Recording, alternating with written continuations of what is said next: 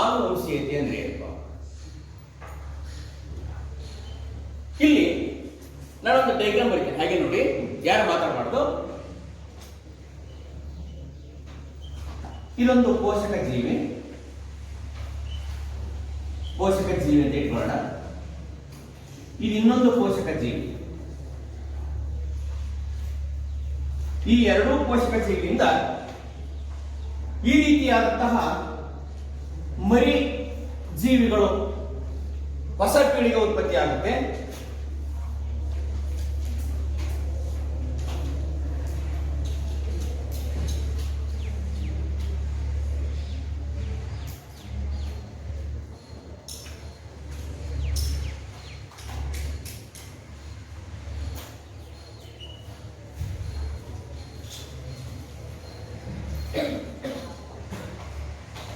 ಪೋಷಕ ಜೀವಿ ಹೊಸ ಪೀಳಿಗೆ, ಪೋಷಕ ಜೀವಿಯಿಂದ ಹೊಸ ಪೀಳಿಗೆ ಉತ್ಪತ್ತಿ ಆಯಿತು. ಇದನ್ನ ನಾವು ಒಂದನೇ ತಳಿ ಪೀಳಿಗೆ ಅಂತ ಕರೆಯೋಣ. ಒಂದನೇ ತಳಿ ಪೀಳಿಗೆ, ಒಂದನೇ ತಳಿ ಪೀಳಿಗೆ ಅಂತ ಕರೆಯೋಣ. ಈಗ ಮತ್ತೆ ಈ ಒಂದನೇ ತಳಿ ಪೀಳಿಗೆ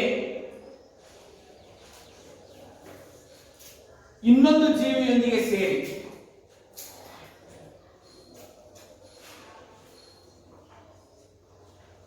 ಸಂತಾನೋತ್ಪತ್ತಿಯನ್ನ ನಡೆಸುತ್ತದೆ. ಹೀಗೆ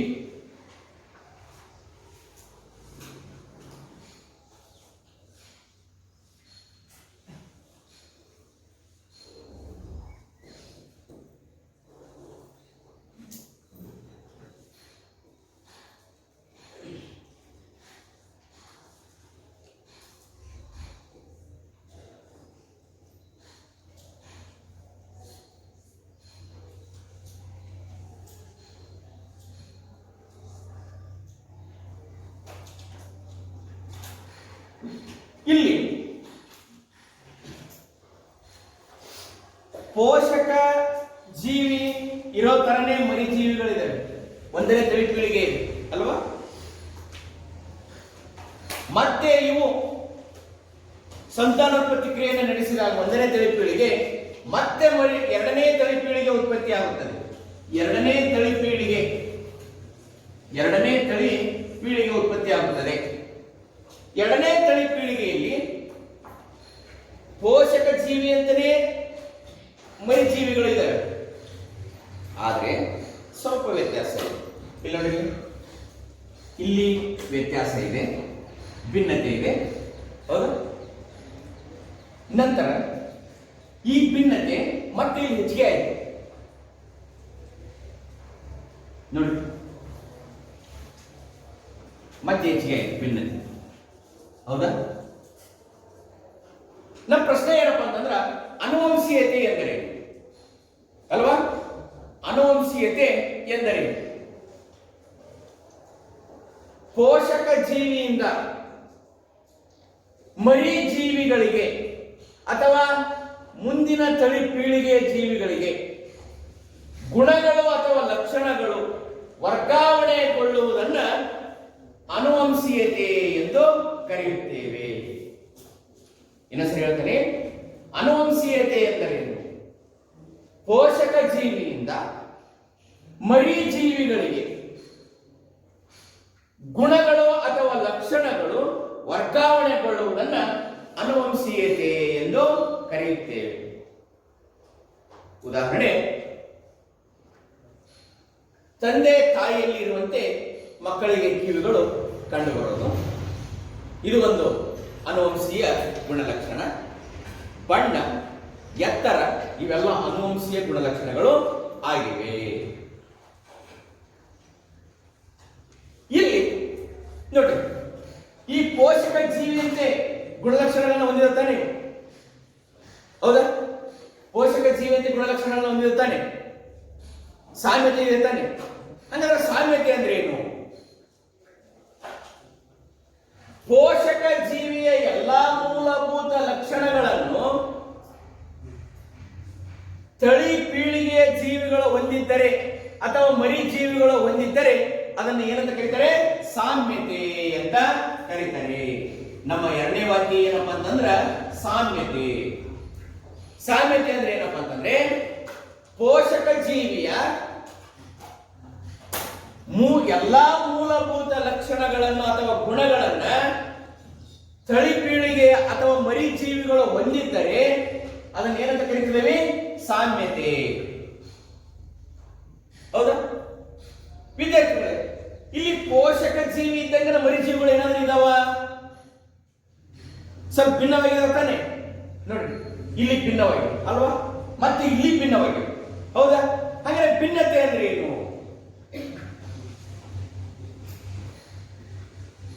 ತಳಿ ಪೀಳಿಗೆಯ ಜೀವಿಗಳು ಅಥವಾ ಮರಿ ಜೀವಿಗಳು ಕೆಲವು ಮಾತ್ರ ಲಕ್ಷಣಗಳಲ್ಲಿ, ಕೆಲವೇ, ಎಲ್ಲವೂ ಅಲ್ಲ. ನೋಡ್ರಿ, ಎಲ್ಲವೂ ಸೇಮ್ ಇದೆ. ಹೌದಪ್ಪ?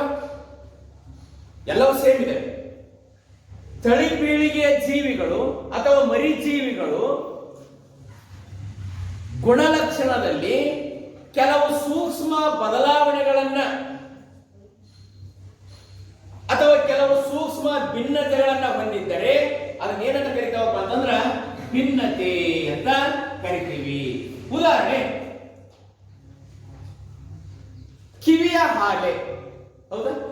ಇಲ್ಲಿ ಕೆಲವರಲ್ಲಿ ಈ ಕಿವಿಯ ಹಾಲೆ ಏನಾಗಿರುತ್ತೆ ಅಂತಂದ್ರೆ ಈ ತಲೆಬುರುಳಿಗೆ ಅಂಟಿಕೊಂಡಿರುತ್ತೆ. ಇನ್ನು ಕೆಲವೊಬ್ಬರಲ್ಲಿ ಕಿವಿಯ ಹಾಲೆ ಈ ರೀತಿ ಸ್ವತಂತ್ರವಾಗಿರುತ್ತೆ. ನೋಡಿ, ಸ್ವತಂತ್ರವಾಗಿರುತ್ತೆ ಕಿವಿಯ ಹಾಲೆ.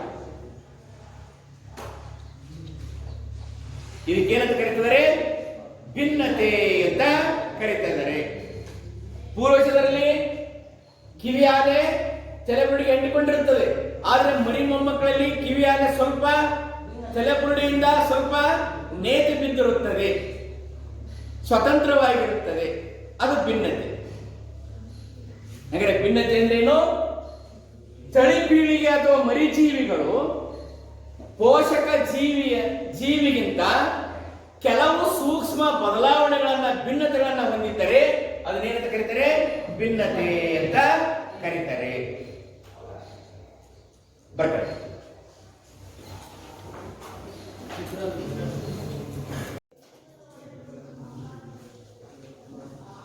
ಓಕೆ,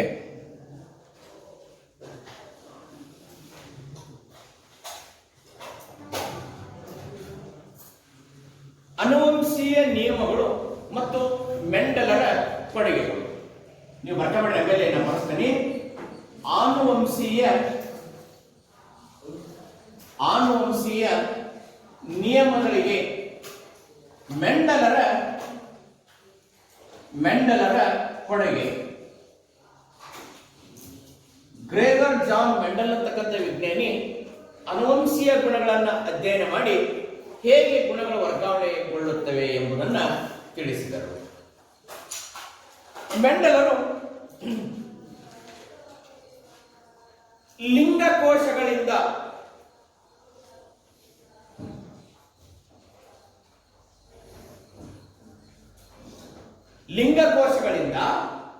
ಲಿಂಗಾಣುಗಳು ಉತ್ಪತ್ತಿಯಾಗುವಾಗ ಡಿಎನ್ಎ ಅಣು ಅನುವಂಶೀಯ ಗುಣಗಳನ್ನ ಪೋಷಕ ಜೀವಿಯಿಂದ ಮರಿ ಜೀವಿಗಳಿಗೆ ವರ್ಗಾವಣೆಗೊಳಿಸುತ್ತದೆ ಎಂದು ತಿಳಿಸಿದರು. ಒಂದ್ಸಗೆ ಲಿಂಗಕೋಶಗಳಿಂದ ಲಿಂಗಾಣುಗಳ ಉತ್ಪತ್ತಿಯಾಗುವಾಗ ಡಿಎನ್ಎ ಅಣು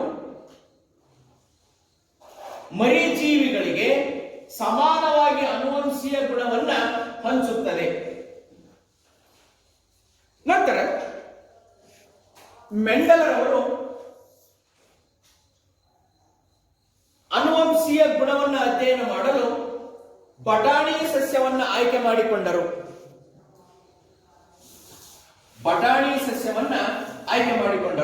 ಹೇಗೆಂದ್ರೆ ಬಟಾಣಿ ಸಸ್ಯವನ್ನೇ ಯಾಕೆ ಆಯ್ಕೆ ಮಾಡಿಕೊಂಡ್ರಪ್ಪ ಅಂತಂದ್ರೆ ಅದಕ್ಕೆ ಹಲವು ಗುಣಗಳಿಗೆ ವಿಭಿನ್ನವಾದ ಪ್ರತಿಗಳು ಇದ್ದವು. ಉದಾಹರಣೆಗೆ ಬಟಾಣಿ ಗಿಡವನ್ನೇ ಮೆಂಡಲರು ಏಕೆ ಆಯ್ಕೆ ಮಾಡಿಕೊಂಡರು ಎಂದರೆ ಬಟಾಣಿ ಗಿಡಗಳಿಗೆ ಹಲವು ಗುಣಗಳಿಗೆ ಎರಡು ಪ್ರತಿಗಳು ಅಥವಾ ಎರಡು ಭಿನ್ನತೆಗಳು ಇದ್ದವು. ಉದಾಹರಣೆಗೆ ಎತ್ತರ, ಬಟಾಣಿ ಸಸ್ಯ ಎತ್ತರ ಅಥವಾ ಉದ್ದ, ಉದ್ದದ ಗುಣಕ್ಕೆ ಎರಡು ಭಿನ್ನತೆಗಳು ಅಥವಾ ಎರಡು ಪ್ರತಿಗಳು ಇದ್ದವು. ಎತ್ತರ, ಕುಬ್ಜ. ಎತ್ತರ ಪ್ರಬಲ ಗುಣ, ಕುಬ್ಜ ದುರ್ಬಲ ಗುಣ. ಪ್ರಬಲ, ದುರ್ಬಲ. ಅದೇ ರೀತಿ ಬೀಜದ ಗಾತ್ರ, ಬೀಜದ ಗಾತ್ರ, ಬೀಜದ ಗಾತ್ರ ದುಂಡಾದ ಮತ್ತು ಸುಕ್ಕಾದ, ದುಂಡಾದ ಮತ್ತು ಸುಕ್ಕಾದ.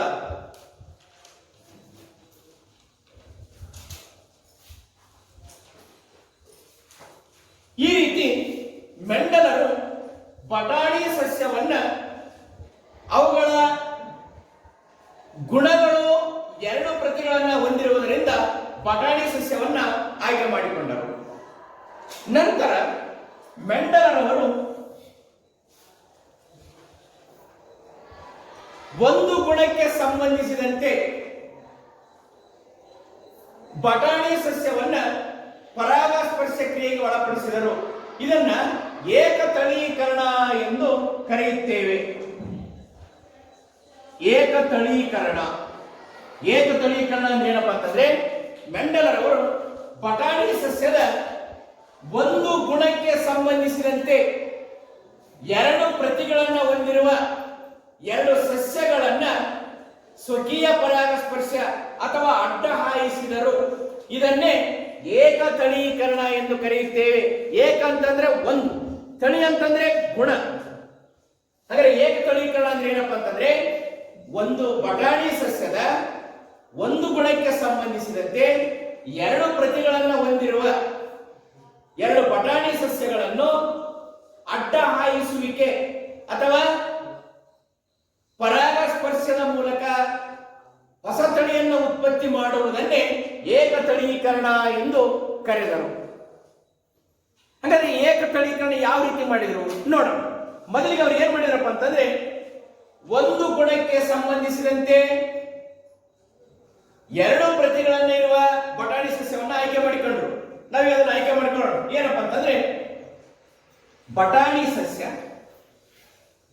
ಕ್ಲೀನಿಂಗ್ ಅಬ್ಸರ್ವ್ ಮಾಡಿದ್ದನ್ನ, ಯಾವ ಬಟಾಣಿ ಸಸ್ಯ ಅಂತಂದ್ರೆ ಪೋಷಕ ಜೀವಿಯ ಬಟಾಣಿ ಸಸ್ಯ. ಯಾವ ಗುಣವನ್ನು ಆಯ್ಕೆ ಮಾಡಿಕೊಂಡಿದ್ದಾರೆ ಅವರು? ಎತ್ತರ. ಇದನ್ನು ನಾವು ಬಟಾಣಿ ಸಸ್ಯವನ್ನ ಏನಂತ ಕರೆಯೋಣ? ಪೋಷಕ ಜೀವಿ ಅಂತ ಕರೆಯೋಣ. ಪೋಷಕ ಜೀವಿ, ಪೋಷಕ ಜೀವಿ ಅಂತ ಕರೆಯೋಣ. ಆ ಪೋಷಕ ಜೀವಿಯಲ್ಲಿ ಯಾವ ಗುಣವನ್ನು ತೆಗೆದುಕೊಂಡ್ರು? ಉದ್ದ ಗುಣಕ್ಕೆ ಸಂಬಂಧಿಸಿದಂತೆ ಎರಡು ಪ್ರತಿಗಳನ್ನು ಹೊಂದಿರುವ ಸಸ್ಯಗಳನ್ನು ಆಯ್ಕೆ ಮಾಡಿಕೊಂಡ್ರು. ಒಂದು ಎತ್ತರದ ಸಸ್ಯ, ಇನ್ನೊಂದು ಕುಬ್ಜ ಸಸ್ಯ. ಎತ್ತರದ ಸಸ್ಯ, ಕುಬ್ಜ ಸಸ್ಯ. ಈ ಎತ್ತರದ ಸಸ್ಯದ ಲಿಂಗಕೋಶಗಳು ಅಥವಾ ಲೈಂಗಿಕ ಕೋಶಗಳು ಯಾವ ರೀತಿ ಇದ್ದಪ್ಪ ಅಂತಂದ್ರ ಈ ಟೈಪ್. ಇದು ಅದು ಹೊಂದಿರತಕ್ಕಂಥ DNA ಸಂಕೇತ ಏನಪ್ಪಾ ಅಂತಂದ್ರೆ, ಎತ್ತರಕ್ಕೆ ಎರಡನ್ನೂ ಕ್ಯಾಪಿಟಲ್ ಟಿ ಅಂತ ಬರೆದ್ರೆ ನಾನು ಬಿಗ್ ಲೆಟರ್ ಟಿ ಬರ್ತೀನಿ, ಟಾಲ್ ಅಂತ.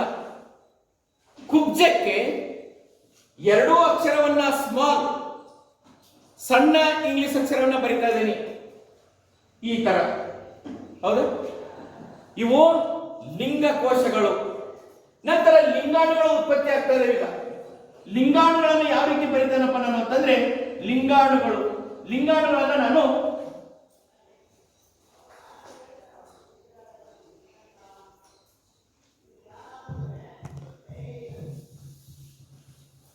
ಲಿಂಗಾಣುಗಳನ್ನ ನಾನು ಈ ಟೈಪ್ ಬರೀತೀನಿ.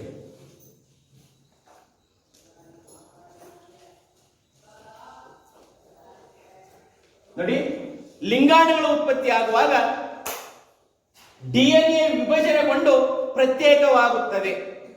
ಆದ್ದರಿಂದ ನಾನಿಲ್ಲಿ ವಿಭಜನೆಯಾಗಿ ಬರೆದಿದ್ದೇನೆ.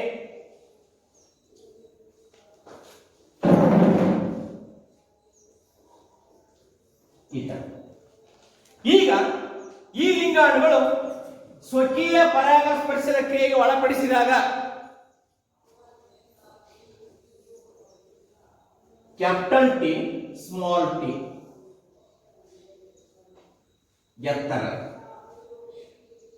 ಕ್ಯಾಪಿಟಲ್ ಟಿ ಸ್ಮಾಲ್ ಟಿ ಎತ್ತರ, ಕ್ಯಾಪಿಟಲ್ ಟಿ ಸ್ಮಾಲ್ ಟಿ ಎತ್ತರ, ಕ್ಯಾಪಿಟಲ್ ಟಿ ಸ್ಮಾಲ್ ಟಿ ಎತ್ತರ.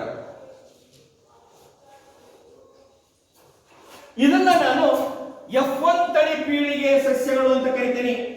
F1 ತಳಿ ಪೀಳಿಗೆ ಸಸ್ಯಗಳು ಅಂತ ಕರಿತಿದ್ದೀನಿ. ಯಾಕಂತ ಕರಿತೇನೆ ಅಂತಂದ್ರೆ ಪೋಷಕ ಜೀವಿಯಿಂದ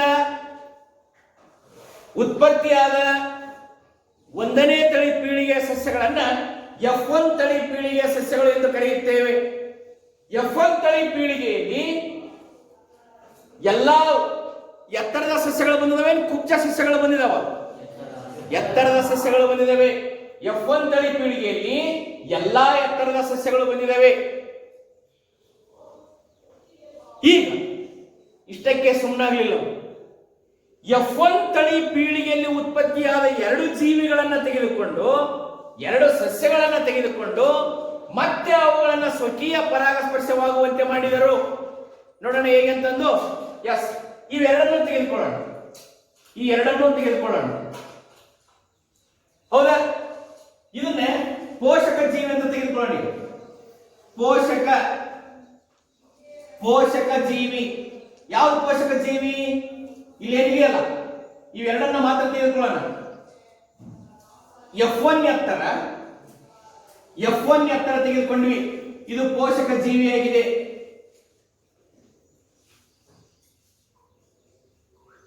ಅದರ DNA ನಾನು ಬರ್ಕೊಂಡಿದ್ದೀನಿ. ಬರ್ಕೊಂಡಿದ್ದೀನಲ್ವಾ? ಈಗ ಪೋಷಕ ಜೀವಿ ಆಯಿತು. ಈಗ ಲಿಂಗಾಣುಗಳನ್ನು ಬರೀತದೆ ನಾನು. ಲಿಂಗಾಣುಗಳು ಯಾವ ರೀತಿ ಉತ್ಪತ್ತಿ ಆಗ್ತದವೆ? ಇಲ್ಲಿ ಲಿಂಗಾಣುಗಳು ಉತ್ಪತ್ತಿ ಆಗುವಾಗ DNA ಪ್ರತ್ಯೇಕಗೊಳ್ಳುತ್ತದೆ.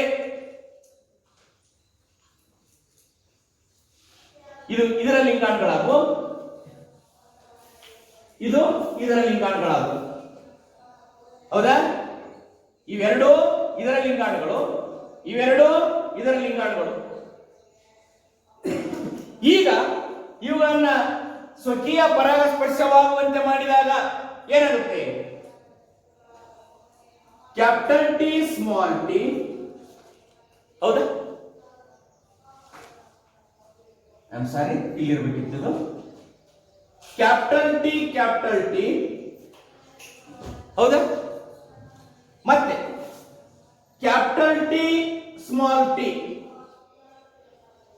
ಇದು ಎತ್ತರನ ಕುಬ್ಜನ? ಇದು ಎತ್ತರ ಅಂತ ಬರೆದೆ. ಇಲ್ಲಿ ಕ್ಯಾಪಿಟಲ್ ಟಿ ಸ್ಮಾಲ್ ಟಿ ಐತಿ. ಇದು ಕೂಡ ಏನು? ಎತ್ತರ. ಇನ್ನು ಇಲ್ಲಿ ಸ್ಮಾಲ್ ಟಿ ಉಳಿತಾನೆ. ಸ್ಮಾಲ್ ಟಿ ಕ್ಯಾಪಿಟಲ್ ಟಿ, ಅದಕ್ಕೆ ನನ್ನ ಮಧ್ಯೆ ಕ್ಯಾಪಿಟಲ್ ಬರೆದ್ಬಿಟ್ಟೆ. ಇದು ಕೂಡ ಎತ್ತರ. ಸ್ಮಾಲ್ ಟಿ ಇದು ಅಂದರೆ ಎಸ್, ಕುಬ್ಜ ಇದು. ಅಂದರೆ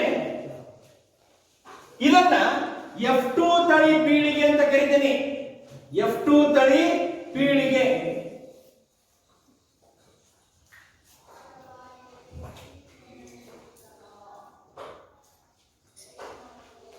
F2 ತಳಿ ಪೀಳಿಗೆಯಲ್ಲಿ ಎತ್ತರದ ಎಷ್ಟು ಬಂದಿದ್ದಾವೆ? F2 ತಳಿ ಪೀಳಿಗೆಯಲ್ಲಿ ಎತ್ತರ 3 ಸಸ್ಯಗಳಿದ್ದಾವೆ. ಕುಬ್ಜ 1 ಇದೆ. ಆದ್ದರಿಂದ ಏಕದಳೀಕರಣದ ಅನುಪಾತ 3:1 ಆಗಿದೆ. ಅರ್ಥ ಆಯ್ತಲ್ಲ ಇಲ್ಲಿವರೆಗೂ?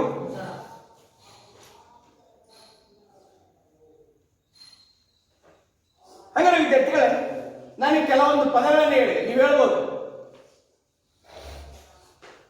ಎತ್ತರನೇ ಯಾಕೆ ಬಂತು, ಕುಬ್ಜನೆ ಯಾಕಂತ ಅಂದ್ರೆ ಇದಕ್ಕೆ 2 ಸ್ಮಾಲ್ ಟಿ ಇರೋದಕ್ಕೆ. ಇಲ್ಲಿ ಒಂದು ಗುಣಕ್ಕೆ ಸಂಬಂಧಿಸಿದಂತೆ ಒಂದು ಗುಣಕ್ಕೆ ಸಂಬಂಧಿಸಿದಂತೆ ಎರಡು ಪ್ರತಿಗಳು ಇರುತ್ತವೆ. ಒಂದು ಗುಣಕ್ಕೆ ಸಂಬಂಧಿಸಿದಂತೆ ಎರಡು ಪ್ರತಿಗಳು ಇರುತ್ತವೆ. ಎತ್ತರಕ್ಕೆ, ಇಲ್ಲಿ ನೋಡಿ, ಎತ್ತರಕ್ಕೆ ಒಂದು ಕ್ಯಾಪಿಟಲ್ ಟಿ ಇದ್ರೆ ಸಾಕು. ಹೌದಾ? ಎತ್ತರ ಆಗಿದೆ ತಾನೆ? ಇಲ್ಲಿ ನೋಡಿ, ಒಂದು ಕ್ಯಾಪಿಟಲ್ ಟಿ ಇತ್ತು ಅಂದ್ರೆ ಸಾಕು, ಎತ್ತರ ಆಗಿದೆ. ಆದ್ರೆ ಕುಬ್ಜಕ್ಕೆ ಎರಡೂ ಸ್ಮಾಲ್ ಟಿ ಬೇಕು. ಹೌದಾ? ಈಗ ಹೇಳ್ತಾನ್ರಿ, ಎತ್ತರಕ್ಕೆ ಕೇವಲ ಒಂದೇ ಪ್ರತಿ ಇದ್ದರೆ ಸಾಕು. ಅಂತ ಪ್ರತಿಯನ್ನ ಪ್ರಬಲ ಗುಣ ಎಂದು ಕರೆಯುತ್ತೇವೆ. ಉದಾಹರಣೆಗೆ ಕ್ಯಾಪಿಟಲ್ ಟಿ, ಇಲ್ಲೇನಿದು ಪ್ರಬಲ ಗುಣ. ಅಂದರೆ ಎತ್ತರದ ಗುಣ ಏನಾಗಿದೆ? ಪ್ರಬಲವಾಗಿದೆ. ಕುಬ್ಜಕ್ಕೆ ಎರಡೂ ಗುಣದ ಎರಡೂ ಪ್ರತಿಗಳು ಬೇಕಾಗುತ್ತವೆ. ಸ್ಮಾಲ್ ಟಿ ಏನಾಗಿದೆ? ಇಲ್ಲಿ ಕುಬ್ಜವಾಗಿದೆ. ಅಂದ್ರೆ ಕುಬ್ಜ ದುರ್ಬಲ ಗುಣವಾಗಿದೆ. ಹಾಗಾದ್ರೆ ಪ್ರಬಲ ಗುಣ ಅಂದ್ರೆ ಏನು, ದುರ್ಬಲ ಗುಣ ಅಂದ್ರೆ ಏನು ಸರಿ ಹೇಳೋಣ. ಒಂದು ಗುಣಕ್ಕೆ ಸಂಬಂಧಿಸಿದಂತೆ ಎರಡು ಪ್ರತಿಗಳು ಬೇಕು, ಅಥವಾ ಒಂದು ಗುಣಕ್ಕೆ ಸಂಬಂಧಿಸಿದಂತೆ ಎರಡು ಪ್ರತಿಗಳು ಇರುತ್ತವೆ. ಎತ್ತರಕ್ಕೆ ಕೇವಲ ಒಂದೇ ಪ್ರತಿ ಸಾಕು, ಒಂದೇ ಎತ್ತರದ ಪ್ರತಿ ಸಾಕು. ಉದಾಹರಣೆಗೆ ಕ್ಯಾಪಿಟಲ್ ಟಿ ಇದ್ದ ಕಡೆಗೆ ಎಲ್ಲವೂ ಎತ್ತರದ ಸಸ್ಯಗಳಿವೆ. ಆದ್ದರಿಂದ ಎತ್ತರವನ್ನ ಪ್ರಬಲ ಗುಣ ಎಂದು ಮತ್ತು ಕುಬ್ಜವಾಗಲು ಗುಣದ ಎರಡೂ ಪ್ರತಿಗಳು ಬೇಕು. ಆದ್ದರಿಂದ ಎರಡೂ ಸ್ಮಾಲ್ ಟಿ ಇದ್ದ ಕಡೆಗೆ ಕುಬ್ಜ ಸಸ್ಯವಾಗಿದೆ. ಆದ್ದರಿಂದ ಸ್ಮಾಲ್ ಟಿ ಅನ್ನ, ಕುಬ್ಜವನ್ನ ದುರ್ಬಲ ಗುಣ ಎಂದು ಕರೆಯುತ್ತೇವೆ. ಅರ್ಥ ಆಯ್ತಲ್ಲ?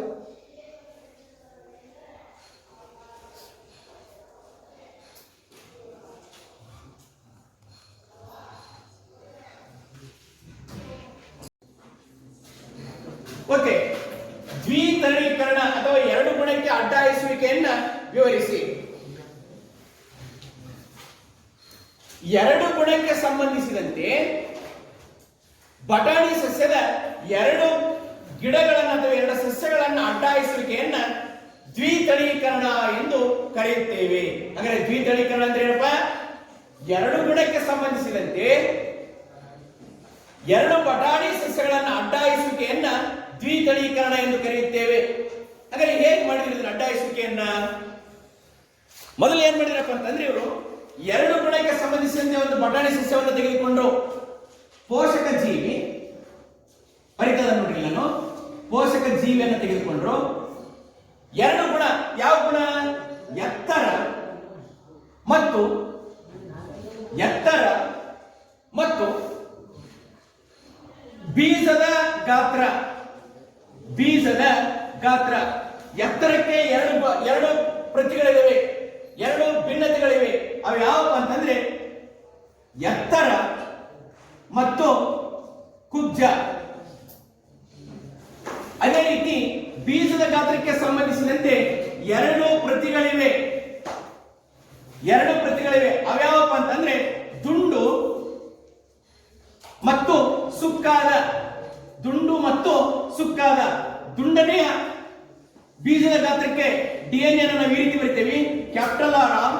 ಸುಕ್ಕಾದ ಬೀಜದ ಅನುವಂಶೀಯ ಪ್ರತಿಯನ್ನು ಅಥವಾ ಡಿಎನ್ಎ ಪ್ರತಿರೂಪನ ಈ ರೀತಿ ಬರಿತೇವೆ, ಸ್ಮಾಲ್ ಆರ್ ಅಂತ ಬರಿತಿದ್ದೇವೆ. ಈಗ ಎರಡು ಗುಣಕ್ಕೆ ಸಂಬಂಧಿಸಿದಂತೆ ಒಂದು ಸಸ್ಯವನ್ನ ಅಡ್ಡಾಯಿಸುವಿಕೆಯನ್ನು ದ್ವಿಪ್ರತೀಕರಣ ಅಂತ ಕರೀತಿದ್ದೇವೆ. ಇಲ್ಲಿ ಕೇವಲ ನಾವು ಒಂದೇ ಗುಣವನ್ನು ತೆಗೆದುಕೊಂಡಿದ್ವಿ. ಏನು? ಉದ್ದವನ್ನು ತೆಗೆದುಕೊಂಡಿದ್ವಿ. ಉದ್ದದಲ್ಲಿ ಎರಡು ಪ್ರತಿಗಳಿವೆ, ಎತ್ತರ ಮತ್ತು ಕುಬ್ಜ. ಆದರೆ ಇಲ್ಲಿ ಎರಡು ಗುಣವನ್ನು ತೆಗೆದುಕೊಂಡಿದ್ವಿ. ಏನಪ್ಪ? ಎತ್ತರ, ಅಥವಾ ಇದಕ್ಕೇನಂತ ಕರೆಯೋಣ? ಉದ್ದ ಅಂತ ಕರೆಯೋಣ. ಉದ್ದದ ಗುಣಕ್ಕೆ ಎರಡು ಪ್ರತಿಗಳಿವೆ, ಎತ್ತರ ಮತ್ತು ಕುಬ್ಜ. ಮತ್ತು ಬೀಜದ ಗಾತ್ರಕ್ಕೆ ಎರಡು ಪ್ರತಿಗಳಿವೆ, ದುಂಡು ಮತ್ತು ಸುಕ್ಕಾದ.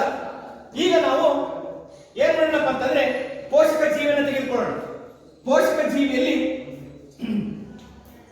ಲಿಂಗಾಣುಗಳು ಯಾವ ರೀತಿ ಉತ್ಪತ್ತಿ ಆಗ್ತದೆ ಅಂತ ನೋಡೋಣ. ಇದು ಪೋಷಕ ಜೀವಿ ಇದು, ಹೌದಾ? ಎತ್ತರ ಮತ್ತು ಕುಬ್ಜ ಈ ರೀತಿ ತೆಗೆದುಕೊಂಡಿದ್ದೇವೆ. ನಾವು ಮೊದಲಿಗೆ ಪೋಷಕ ಜೀವಿಯನ್ನು ತೆಗೆದುಕೊಳ್ಳೋಣ. ಮಾತಾಡಬಾರ್ದು. ಪೋಷಕ ಜೀವಿ ಯಾವ ರೀತಿ ತೆಗೆದುಕೊಳ್ತೇವೆ ಅಂತಂದ್ರೆ ನಾವು ಎತ್ತರ ಮತ್ತು ದುಂಡು ಬೀಜವನ್ನು ಹೊಂದಿರುವ ಪೋಷಕ ಜೀವಿ. ಓಕೆ, ಇದು ಎತ್ತರ ಮತ್ತು ದುಂಡಾದ ಬೀಜಗಳನ್ನು ಹೊಂದಿರುವ ಪೋಷಕ ಜೀವಿ. ಇಲ್ಲಿ ಕುಬ್ಜ ಅಂದ್ರೆ DNA ಅಂತ ಬರ್ಕಂತೀವಿ, ಸ್ಮಾಲ್ ಟಿಟಿ, ಮತ್ತು ಸುಕ್ಕುಗಟ್ಟಿದ ಬೀಜ, ಸುಕ್ಕು ಬೀಜ ಅಂತ ಕರೆಯೋಣ. ಇದಕ್ಕೆ ಸ್ಮಾಲ್ ಆರ್ ರಿಂಕಲ್ಡ್ ಅಂತ. Capital R round, small R wrinkle. ಈಗ ಏನ್ ಮಾಡೋಣ ಅಂತಂದ್ರೆ ಇವುಗಳಿಂದ ಲಿಂಗಾಣುಗಳು ಉತ್ಪತ್ತಿ ಆಗುವ ರೀತಿ ಮಾಡೋಣ. ಲಿಂಗಾಣುಗಳು ಇಲ್ಲಿ ಮೊದಲು ಪ್ರತ್ಯೇಕವಾಗ್ತದವೆ ಈ type.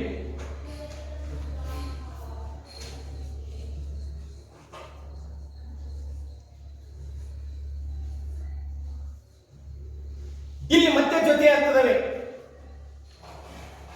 Capital T capital R ಒಂದು ಲಿಂಗಾಣು, ಮತ್ತೆ ಕ್ಯಾಪಿಟಲ್ ಟಿ ಕ್ಯಾಪಿಟಲ್ ಆರ್ ಎರಡನೇ ಲಿಂಗಾಣು.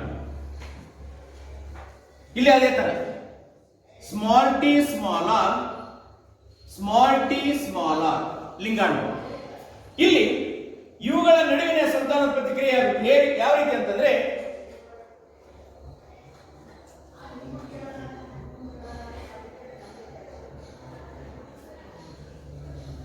ನೋಡಿ, ಈಗ ನೀವು ಹೇಳ್ದಂಗೆ ಬರೀತದೆ. ನಾಗಲೇ ನಾ ಹೇಳಿದ್ದೀನಿ, ನೀವು ಹೇಳ್ತೀನಿ ಅಂತಂದು. Capital T small T, capital R small R. Okay, capital R small R. ಇಲ್ಲಿ ಇದು ಎತ್ತರನೋ ಕುಳ್ಳನ ಹೇಳು, ಮತ್ತೆ ಯಾವುದು ಎತ್ತರನ ಕುಳ್ಳನ ಎತ್ತರ, ಎತ್ತರ ಇದೆ. ದುಂಡನ ಸುಕ್ಕಾದ ಅಂತ ಹೇಳ್ಬೋದು. ದುಂಡಾದ ಯಾಕಂತಂದ್ರೆ ಕ್ಯಾಪಿಟಲ್ ಆರ್ ಇದೆ, ಎತ್ತರ ಮತ್ತು ದುಂಡು. ಹೌದಾ? ನೆಕ್ಸ್ಟ್ ಈ ಲಿಂಗಾಣು ಜೊತೆಗೆ ಸೇರ್ತೈತೆ. ಕ್ಯಾಪಿಟಲ್ ಟಿ ಸ್ಮಾಲ್ ಟಿ ಇದೆ, ಕ್ಯಾಪಿಟಲ್ ಆರ್ ಸ್ಮಾಲ್ ಆರ್. ಏನ್ ಹೇಳ್ಬೇಕು? ಎತ್ತರನ ಕುಬ್ಜನ ಎತ್ತರ, ದುಂಡ ಸುಕ್ಕಾದ, ಎತ್ತರ ಮತ್ತು ದುಂಡಾದ. ಅದೇ ತರ ಈಗ capital T small T, capital R small R. ಏನಿದು? ಎತ್ತರ ಮತ್ತು ದುಂಡು. ಇಲ್ಲಿ ಮತ್ತೆ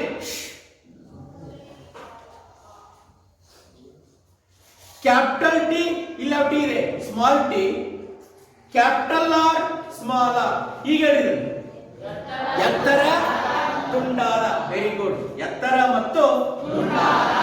ಇದನ್ನ ನಾವು F1 ತಳಿ ಪೀಳಿಗೆ ಅಂತ ಕರೆಯೋಣ.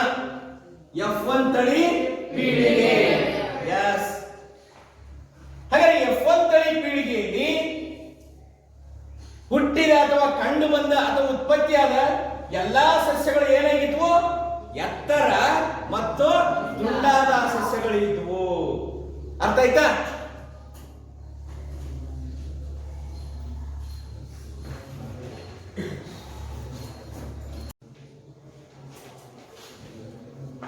ಇಲ್ಲಿ F1 ತಳಿ ಪೀಳಿಗೆಯಲ್ಲಿ ಕಂಡು ಬಂದಿದ್ದವರ ಲಕ್ಷಣ ಎಂತ ಲಕ್ಷಣ ಕಂಡು ಬಂದಿದೆ?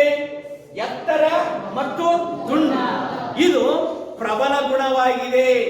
ನಾಗಲೇ ಹೇಳಿದ್ದಿಲ್ಲ ಪ್ರಬಲ ಗುಣ ದುರ್ಬಲ ಗುಣ ಅಂತಂದು. F1 ತಳಿ ಪೀಳಿಗೆಯಲ್ಲಿ ಯಾವ ಗುಣಗಳು ಕಂಡು ಬರ್ತದವಲ್ಲ ಅವು ಪ್ರಬಲ ಗುಣ. ಇಲ್ಲಿ ಎತ್ತರ ಮತ್ತು ದುಂಡು ಪ್ರಬಲ ಗುಣವಾಗಿವೆ. ಮೆಂಡಲರು F1 ತಳಿ ಪೀಳಿಗೆಯಲ್ಲಿ ಬಂದ ಪ್ರಬಲ ಮತ್ತು ದುರ್ಬಲ ಗುಣದ ಮತ್ತೆ ಎರಡು ಸಸ್ಯಗಳನ್ನು ತೆಗೆದುಕೊಂಡು ಸ್ವಕೀಯ ಪರಾಗಸ್ಪರ್ಶವಾಗುವಂತೆ ಮಾಡಿದರು. ಮತ್ತೆ ಎರಡು ಸಸ್ಯಗಳನ್ನು ಆಯ್ಕೆ ಮಾಡ್ಕೊಳ್ಳೋಣ. ಓಕೆ, ಮತ್ತೆ ಎರಡು ಸಸ್ಯಗಳನ್ನು ಆಯ್ಕೆ ಮಾಡ್ಕೊಳ್ಳೋಣ. ಓಕೆ, ಇಲ್ಲಿ ಎತ್ತರ ದುಂಡು ಪೋಷಕ ಜೀವಿ ಅಂತ ತೆಗೆದುಕೊಂಡ್ವಿ. ಪೋಷಕ ಜೀವಿ ಯಾವ್ದು ತೆಗೆದುಕೊಳ್ಳೋಣ? ಎತ್ತರ ಮತ್ತು ದುಂಡು. ಅದನ್ನು ತಿಳಿದ್ರಿ.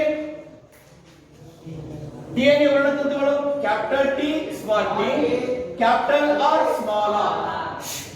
ರಿಪೀಟ್ ಮಾಡಬಾರ್ದು. ಮತ್ತೆ capital T small T, capital R small R. ಇದೇನಪ್ಪ ಅಂತಂದ್ರೆ ಎತ್ತರ ತುಂಡು, ಈ ಕಡೆ ಏನಪ್ಪ ಎತ್ತರ ತುಂಡು. ಇಲ್ಲಿ ಏನ್ ಮಾಡಲಾಗಿದೆ ಅಂತಂದ್ರೆ ಈಗ ಲಿಂಗಾಣುಗಳು ಯಾವ ರೀತಿ ಉತ್ಪತ್ತಿ ಆಗ್ತವೆ? Capital T capital R.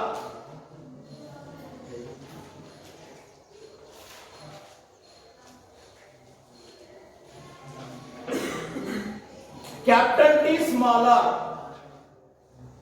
Small T capital R, small T small R. ಇದೇ ರೀತಿ ಈ ಕಡೆ 4 ಲಿಂಗಾಣುಗಳು ಬರ್ತದೆ ಇದರಿಂದ.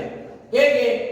Capital T capital R, capital T small R, small T capital R, small T small R. ಈ ರೀತಿ 4 ಲಿಂಗಾಣುಗಳು ಬರ್ತದೆ. ಹೌದಾ?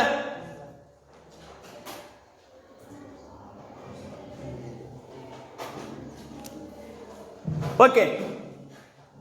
ಇಲ್ಲಿ ಲಿಂಗಾಣುಗಳು ಹೆಚ್ಚಾಗುವುದರಿಂದ ನಾವು ಚೆಕ್ಕರ್ ಬೋರ್ಡ್ ಅನ್ನ ಹಾಕ್ತದೆ. ಓಕೆ, ಈ ಟೈಪ್ ಚೆಕ್ಕರ್ ಬೋರ್ಡ್ ಅನ್ನ ಹಾಕೋಣ. ಯಾವ ಟೈಪ್ ಅಪ್ಪ ಅಂತಂದ್ರೆ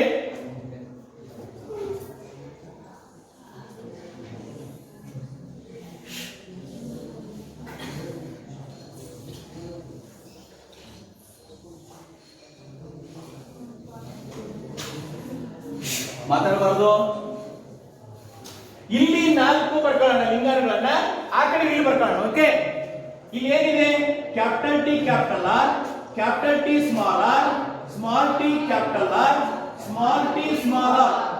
ಇಲ್ಲಿ ಇವ್ ಬರ್ಕೊಂಡ್ವಿ, ಇಲ್ಲಿ ಇವ್ ಬರ್ಕೊಂಡ್ವಿ. ಈ ಕಡೆ ನೋಡಿ ಏನಿದೆ? Capital T capital R, capital T small R, small T capital R, small T small R. ಇದೆ ತಾನೆ? ಅದನ್ನು ಬರ್ಕಂತ ಇದೆ. ಎಸ್, ಈಗ ನೀವೇ ಉತ್ತರ ಹೇಳ್ತೀವಿ. ಕ್ಯಾಪಿಟಲ್ ಟಿ ಕ್ಯಾಪಿಟಲ್ ಆರ್, ಇದು ಎತ್ತರ ತಾನೆ? ಎತ್ತರ. ದುಂಡಾದ ಸುಕ್ಕಾದ? ಎತ್ತರ ಮತ್ತು ದುಂಡಾದ. ಇಲ್ಲಿ ಅದೇ ತರ capital T capital R small R. ಎತ್ತರ, ಎಸ್, ಎತ್ತರ ದುಂಡಾದ.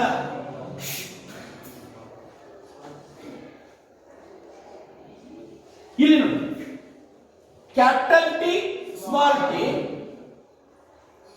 Capital R. ಇದ್ರ ಗುಣ ಹೇಳಿ ಬೇಗ. ಎತ್ತರ, ಅದೇ ರೀತಿ capital T small T, capital R small R. ಏನಿದು? ಎತ್ತರ ಮತ್ತು ದುಂಡಾದ ಅಲ್ವಾ? ನೆಕ್ಸ್ಟ್ ಈ ಲೈನ್ ಬರೆಯೋಣ. Capital T capital R small R. ಹೇಳಿ ಬೇಗ. ಎತ್ತರ ದುಂಡು. ಹೌದಾ? Next capital T small R. ಈಗ ಎತ್ತರ ಸುಕ್ಕಾದ. Next capital T small T, ಇಲ್ಲಿಂದ ಈಗ. Okay, small R capital R. ಈಗ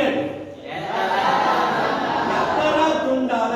next capital T small R, ಎತ್ತರ ಸುಕ್ಕಾದ ಅಲ್ವಾ? Next capital T small T, capital R, ಎತ್ತರ ದುಂಡಾದ. ಈಗ capital T small T, capital R small R. ಈಗ ಎತ್ತರ ಸುಕ್ಕಾದ. Next S sorry, capital R ಇರೋದ್ರಿಂದ, ಬಿಗ್ ಲೆಟರ್ ಆರ್ ಇರೋದ್ರಿಂದ ಇದು ದುಂಡಾದ ಆಗುತ್ತೆ. ಸುಕ್ಕಾದ ತೆಗೆದು ಇಲ್ಲೇನು ಬರೀನ ದು ಅಂತ ಅರ್ಥ ಬರೋಣ. ಜಾಗ ಇಲ್ಲದ್ರಿಂದ ಒಂಥರ ಗಣಿತ ಇದ್ದಂಗಿಲ್ವಾ? ಎಸ್. ಈಗ capital T, I am sorry, small T, ಹೌದಾ? ಕ್ಯಾಪಿಟಲ್ ಆರ್,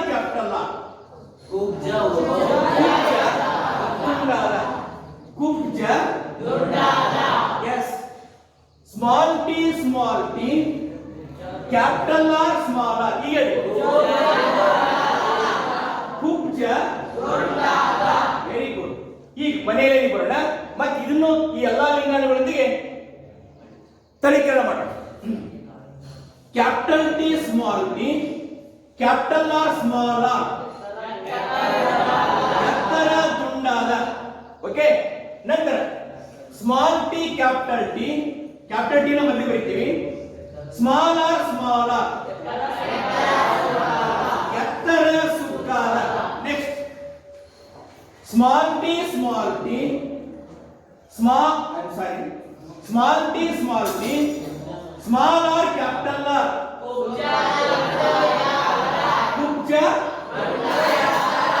ಕುಬ್ಜ ತುಂಡಾದ. ಓಕೆ. ನಂತರ small T small T, small R small R, ಕುಬ್ಜ. ಈಗ ಇಲ್ಲಿ ಯಾವ್ಯಾವ ಹೊಸ ತಳಿ ಬಂದವು ಅಂತ ಬರೆಯೋಣ. ಮೊದಲಿಗೆ ಯಾವ್ದು ಅಂತಪ್ಪ? ಎತ್ತರ ದುಂಡಾದ ಬರೆಯೋಣ. ಎತ್ತರ ದುಂಡು. ಹೌದೇನಪ್ಪ? ಎಷ್ಟು ಬಂದವ ಹೇಳಿಸಪ್ಪ. ಎತ್ತರ ದುಂಡು ಎಷ್ಟು ಬಂದವ ಹೇಳಿಸಿ. ಗ್ಯಾರಂಟಿ ಮಾಡಬಾರ್ದು. ಹೇಳಿಸ್ತಾನೆ ನೋಡಿ. 1 2 3 4 5 6 7 8 9 ಬಂದಾನೆ. ಎತ್ತರ ದುಂಡು 9 ಬಂದವು. ನೆಕ್ಸ್ಟ್ ಏನ್ ಮಾಡೋದು ನೋಡಿ. ಎತ್ತರ ದುಂಡು ಐತಿ. ಎತ್ತರ ದುಂಡು, ಎತ್ತರ ದುಂಡು, ಎತ್ತರ ಸುಕ್ಕ, ಎತ್ತರ ಸು ಅಂತ ಅರ್ಥ ಐತೆ. ಹೌದಪ್ಪ? ಎತ್ತರ ಸುಕ್ಕ. ಎತ್ತರ ಸುಕ್ಕದ ಎಣಿಸೋಣ. 1 2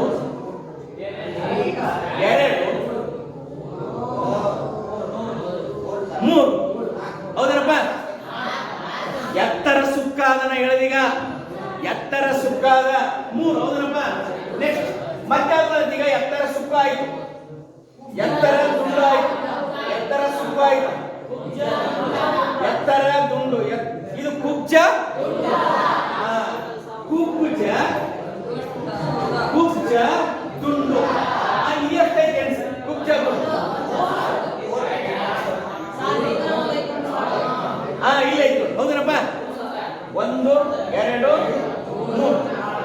3. ಇನ್ನು ಇದನ್ನ ಬಿಟ್ಟು ಮತ್ತೆ ಹೊಸ ಯಾವ್ದು ಬಂದೈತಿ? ಕುಬ್ಜ. ಓಕೆ. ಎಷ್ಟು ಬಂದೈತಿ?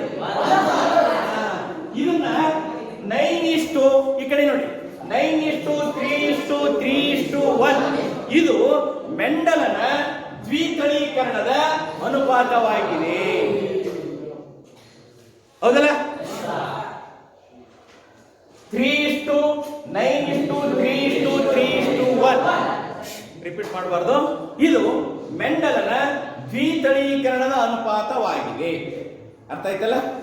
ಹಂಗಾರೆ ಮೆಂಡಲನ ದ್ವಿತಳೀಕರಣವನ್ನು ವಿವರಿಸಿ ಅಂತ ಕೇಳಿದಾಗ 2 ಗುಣಕ್ಕೆ ಸಂಬಂಧಿಸಿದಂತೆ ಒಂದು ಸಸ್ಯದ 2 ಗುಣಕ್ಕೆ ಸಂಬಂಧಿಸಿದಂತೆ 2 ಸಸ್ಯಗಳನ್ನು ಅಡ್ಡಾಯಿಸುವಿಕೆಯನ್ನು ಏನಂತ ಕರೀತಾರೆ? ದ್ವಿತಳೀಕರಣ ಎಂದು ಕರೆಯುತ್ತಾರೆ. ದ್ವಿತಳೀಕರಣ ಅಂತ ಕರೀತಾರೆ ಅಂತ ಅದನ್ನು ಬರೆದು ಇದನ್ನೆಲ್ಲ ಒಂದ್ ಕಡೆಯಿಂದ ಬರ್ಕಂತ ಬರಬೇಕು. ಇವನ್ ಬರೆದ ನಂತರ ಮೆಂಡಲನ ದ್ವಿತಳೀಕರಣದ ಅನುಪಾತ 9:3:3:1 ಅಂತ ಬರೀಬೇಕು. ಅರ್ಥ ಆಯ್ತಾ? ಬರ್ತಾರೆ.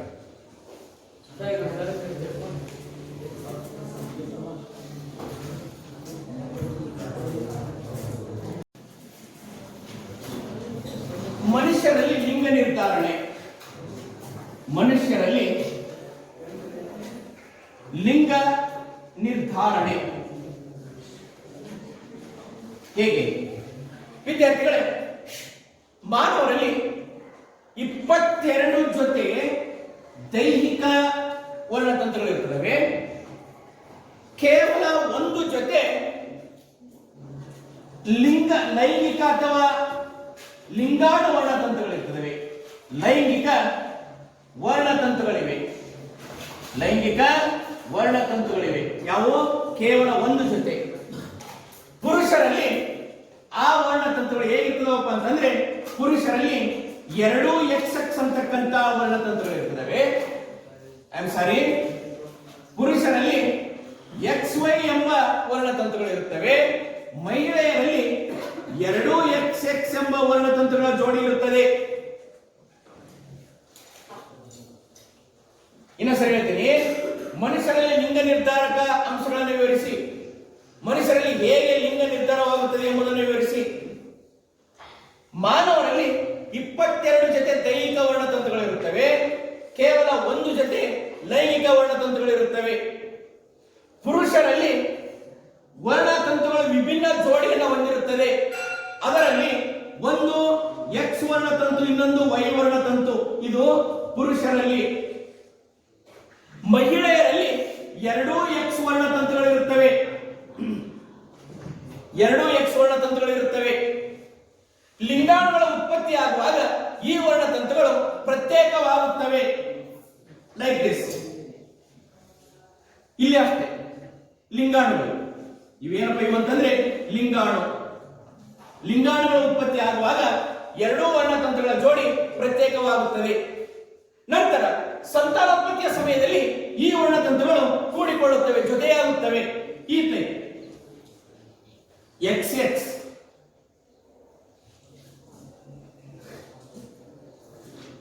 ಇಲ್ಲಿ ಕೂಡ XX, ಇಲ್ಲಿ Y ಇದು XY, XY. ತಂದೆಯಿಂದ X ವರ್ಣತಂತುವನ್ನು, ತಾಯಿಯಿಂದ X ವರ್ಣತಂತುವನ್ನು ಪಡೆದ ಮಗು ಹೆಣ್ಣಾಗುತ್ತದೆ. ಇದು ಕೂಡ ಹೆಣ್ಣು. 2 X ಇದ್ದ ಕಡೆ ಹೆಣ್ಣು. ಪುರುಷನಿಂದ ಅಥವಾ ತಂದೆಯಿಂದ Y ವರ್ಣತಂತುವನ್ನ ಪಡೆದು ತಾಯಿಯಿಂದ X ವರ್ಣತಂತುವನ್ನ ಪಡೆದ ಮಗು ಗಂಡು ಆಗಿ ಜನಿಸುತ್ತದೆ. ಆದ್ದರಿಂದ ವರ್ಣತಂತು ನಿರ್ಧಾರವಾಗುವುದು ಅಥವಾ ಲಿಂಗ ನಿರ್ಧಾರವಾಗುವುದು ತಂದೆಯ ವರ್ಣತಂತುವಿನಿಂದ ಮಾತ್ರ. ಏಕೆಂದರೆ ತಾಯಿಯ ವರ್ಣತಂತು ಅಥವಾ ಮಹಿಳೆಯರಲ್ಲಿ ವರ್ಣತಂತುಗಳು ಒಂದೇ ಆಗಿರುತ್ತವೆ. ಅವೆರಡು XX ವರ್ಣತಂತುಗಳಾಗಿರುತ್ತವೆ. ಪುರುಷರಲ್ಲಿ ಅಥವಾ ತಂದೆಯಲ್ಲಿ ವಿಭಿನ್ನ ವರ್ಣತಂತುಗಳಿವೆ. ಅವುಗಳೆಂದರೆ X ಮತ್ತು Y. ಅಂದರೆ ಮನುಷ್ಯರಲ್ಲಿ ಲಿಂಗ ನಿರ್ಧಾರಕ ಅಂಶಗಳನ್ನು ವಿವರಿಸಿ. ಮನುಷ್ಯರಲ್ಲಿ 22 ಜೊತೆ ದೈಹಿಕ ವರ್ಣತಂತುಗಳು, 1 ಜೊತೆ ಲೈಂಗಿಕ ವರ್ಣತಂತುಗಳು ಇರುತ್ತವೆ. ಪುರುಷರಲ್ಲಿ ವರ್ಣತಂತುಗಳು ವಿಭಿನ್ನ ವರ್ಣತಂತುಗಳ ಜೋಡಿಯನ್ನು ಹೊಂದಿರುತ್ತದೆ. ಅವುಗಳೆಂದರೆ X ಮತ್ತು Y. ಮಹಿಳೆಯರಲ್ಲಿ 2 ವರ್ಣತಂತುಗಳು ಒಂದೇ ಆಗಿರುತ್ತವೆ. ಅವುಗಳೆಂದರೆ XX. ಲಿಂಗಾಣುಗಳು ಉತ್ಪತ್ತಿ ಆಗುವಾಗ ಪ್ರತ್ಯೇಕವಾಗುತ್ತವೆ. ನಂತರ ಸಂತಾನೋತ್ಪತ್ತಿಯ ಸಮಯದಲ್ಲಿ ಲಿಂಗಾಣುಗಳಲ್ಲಿರುವ ವರ್ಣತಂತುಗಳು ಜೊತೆಗೂಡುತ್ತವೆ. ತಾಯಿಯಿಂದ X ವರ್ಣತಂತು, ತಂದೆಯಿಂದ X ವರ್ಣತಂತುವನ್ನು ಪಡೆದ ಮಗು ಹೆಣ್ಣಾಗುತ್ತದೆ. ತಾಯಿಯಿಂದ X ವರ್ಣತಂತುವನ್ನು ಪಡೆದು ತಂದೆಯಿಂದ Y ವರ್ಣತಂತುವನ್ನು ಪಡೆದ ಮಗು ಗಂಡಾಗುತ್ತದೆ. ಆದ್ದರಿಂದ ಲಿಂಗ ನಿರ್ಧಾರವಾಗುವುದು ತಂದೆಯ ವರ್ಣತಂತುವಿನಿಂದಲೋ ಅಥವಾ ತಾಯಿಯ ವರ್ಣತಂತುವಿನಿಂದಲೋ? ತಂದೆಯ ವರ್ಣತಂತುವಿನಿಂದ.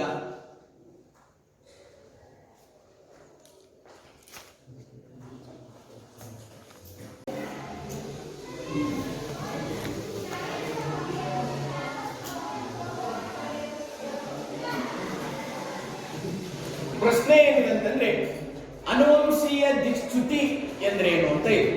ಇದಕ್ಕೊಂದು ನಾನು ಇಲ್ಲಿ ಒಂದು ಉದಾಹರಣೆ ಕೊಡ್ತೇನೆ. ಏನಪ್ಪಾ ಅಂತಂದ್ರೆ ಇಲ್ಲಿ ಒಂದು ಜೀರುಂಡೆಯ ಸಮೂಹ ಇದೆ. ಜೀರುಂಡೆಯ ಸಮೂಹ ಇದೆ. ಜೀರುಂಡೆಯ ಸಮೂಹವನ್ನ ಬರೆದಿದ್ದೀನಿ. ಇಲ್ಲಿ ಜೀರುಂಡೆ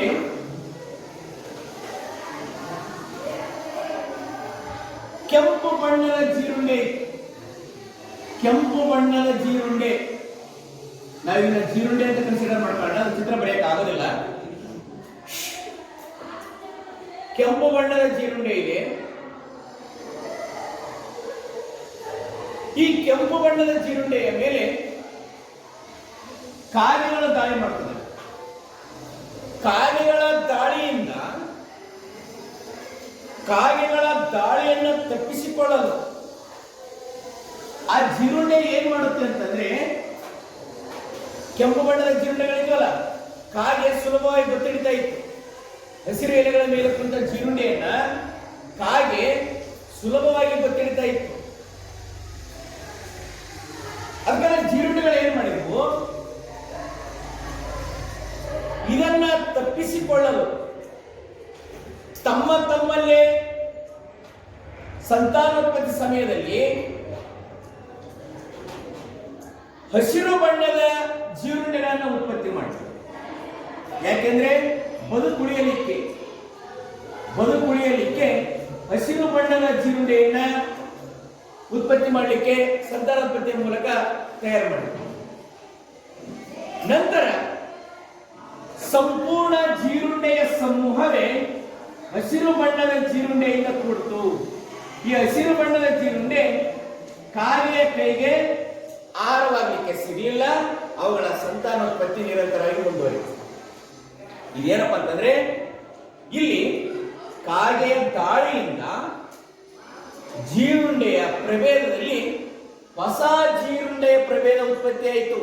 ಮೊದಲು ಇಲ್ಲಿ ಯಾವ ಬಣ್ಣದ ಜೀರುಂಡೆ ಇದ್ದಪ್ಪ ಅಂತಂದ್ರೆ ಕೆಂಪು ಬಣ್ಣದ ಜೀರುಂಡೆ ಇತ್ತು. ಕೊನೆಗೆ ಇಲ್ಲಿ ಎಲ್ಲಾ ಹಸಿರು ಬಣ್ಣದ ಜೀರುಂಡೆ ಉತ್ಪತ್ತಿ ಆದವು. ಏಕೆಂದ್ರೆ ಅವು ಇತರ ಪ್ರಾಣಿಯ ದಾಳಿಯಿಂದ ತಪ್ಪಿಸಿಕೊಳ್ಳಲು ತಮ್ಮ ಬಣ್ಣವನ್ನು ಬದಲಾಯಿಸಿದವು. ಈ ಬದಲಾದ ಬಣ್ಣ ಅನುವಂಶೀಯ ಲಕ್ಷಣವಾಗಿ ಬದಲಾವಣೆಯಾಗಿ ಲಿಂಗಕೋಶ ಅಥವಾ ಲೈಂಗಿಕ ಕೋಶಗಳಲ್ಲಿ ಬದಲಾವಣೆಯಾಗಿ ಹಸಿರು ಬಣ್ಣದ ಜೀರುಂಡೆಯ ಬೆಳವಣಿಗೆಗೆ ಅಥವಾ ಉತ್ಪತ್ತಿಗೆ ಕಾರಣವಾದವು. ಈ ಹಸಿರು ಬಣ್ಣ ಸಂಪೂರ್ಣವಾಗಿ ಅನುವಂಶೀಯವಾಗಿ ವರ್ಗಾವಣೆಯಾಗಿ ನಂತರ ಉತ್ಪತ್ತಿಯಾಗುವ ಪೀಳಿಗೆಯಲ್ಲಿ ಹಸಿರು ಬಣ್ಣದ ಜೀರುಂಡೆಗಳು ಬಂದವು. ಇನ್ನ ಮತ್ತೊಂದು ಬಾರಿ ಇಲ್ಲಿ ಕೆಂಪು ಬಣ್ಣದ ಜೀರುಂಡೆಗಳಿದ್ದಾವೆ.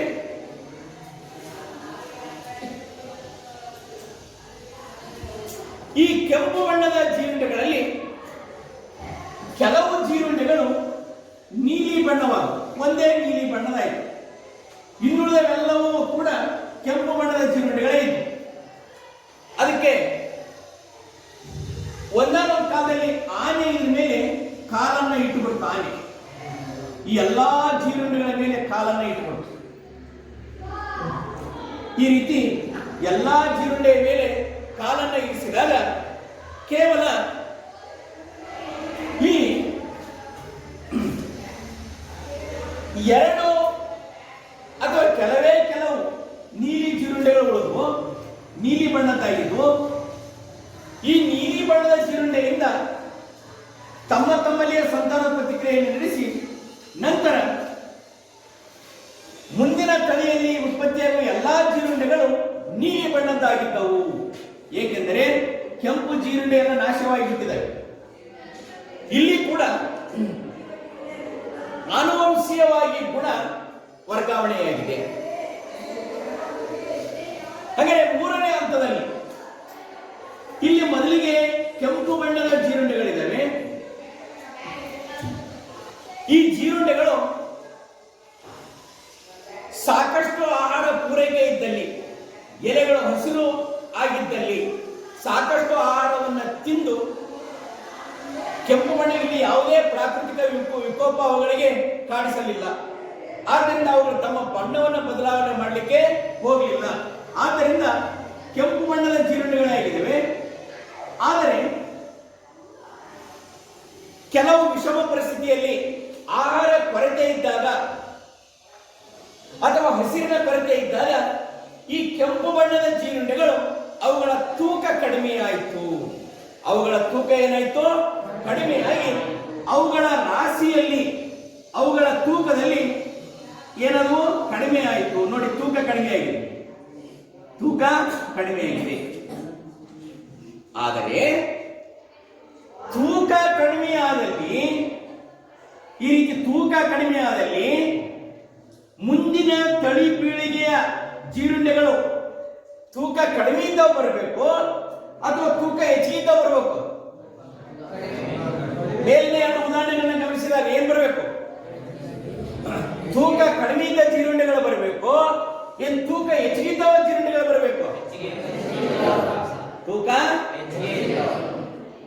ಇಲ್ಲಿ ನೋಡಿ, ಇಲ್ಲಿ ಹಸಿರು ಜೀರುಂಡೆಗಳ ಬದಲಾವಣೆ ಆಗು, ಇಲ್ಲಿ ಉತ್ಪತ್ತಿ ಆಗ್ತಕ್ಕಂಥ ಹಸಿರಾಗು, ಇಲ್ಲಿ ನೀಲಿ ಜೀರುಂಡೆಗಳು ಬಂದವು, ಇಲ್ಲಿ ನೀಲಿ ಜೀರುಂಡೆಗಳ ಮುಂದಿನ ತಳಿ ಪೀಳಿಗೆಯಲ್ಲಿ ಬಂದವು. ಇಲ್ಲಿ ತೂಕ ಕಡಿಮೆ ಆಯಿತು, ಆಹಾರ ವಿಷಮ ಪರಿಸ್ಥಿತಿ ಇರೋದ್ರಿಂದ, ಬರಗಾಲ ಇರೋದ್ರಿಂದ ಅಥವಾ ಆಹಾರ ಕೊರತೆ ಇರೋದ್ರಿಂದ ತೂಕ ಕಡಿಮೆ ಆಯಿತು. ತೂಕ ಕಡಿಮೆ ಆಗಿದೆ, ಇವುಗಳ ನಡುವೆ ಸಂತಾನೋತ್ಪತ್ತಿ ಕ್ರಿಯೆ ನಡೆದಾಗ ತೂಕ ಕಡಿಮೆ ಇರುವ ಬರಬೇಕಾಯ್ತು ತಾನೆ? ಇವೆರಡರ ಪ್ರಕಾರ ಅದಾಗಲಿಲ್ಲ. ಯಾಕಪ್ಪ ಅಂತಂದ್ರೆ ತೂಕ ಹೆಚ್ಚಿರುವ ಜೀರುಂಡೆಗಳೇ ಕಾಣಿಸಿಕೊಂಡವು. ಏಕೆಂದರೆ ತೂಕ ಕಡಿಮೆ ಲಕ್ಷಣವು ಅಲೈಂಗಿಕ ಕೋಶಗಳಲ್ಲಿ ಆದ ಬದಲಾವಣೆಯಾಗಿದೆ. ಕೇವಲ ಲೈಂಗಿಕ ಕೋಶಗಳಲ್ಲಿ ಆದ ಬದಲಾವಣೆಯು ಲೈಂಗಿಕ ಕೋಶಗಳಲ್ಲಿ ಆದ ಬದಲಾವಣೆಯ ಗುಣಲಕ್ಷಣವು ಮುಂದಿನ ಪೀಳಿಗೆಗೆ ವರ್ಗಾವಣೆಯಾಗುತ್ತದೆ. ಅಲೈಂಗಿಕ ಕೋಶಗಳಲ್ಲಿ ಆದ ಬದಲಾವಣೆಯು ಮುಂದಿನ ಪೀಳಿಗೆಗೆ ವರ್ಗಾವಣೆಯಾಗುವುದಿಲ್ಲ. ಆದ್ದರಿಂದ ಉದಾಹರಣೆ, ಇಲ್ಲಿ ಮತ್ತೆ ಮೊದಲಿನ ಹಾಗೆ ಇದ್ದ ಹೆಚ್ಚು ತೂಕವುಳ್ಳ ಜೀರುಂಡೆಗಳು ಉತ್ಪತ್ತಿಯಾಗುವು.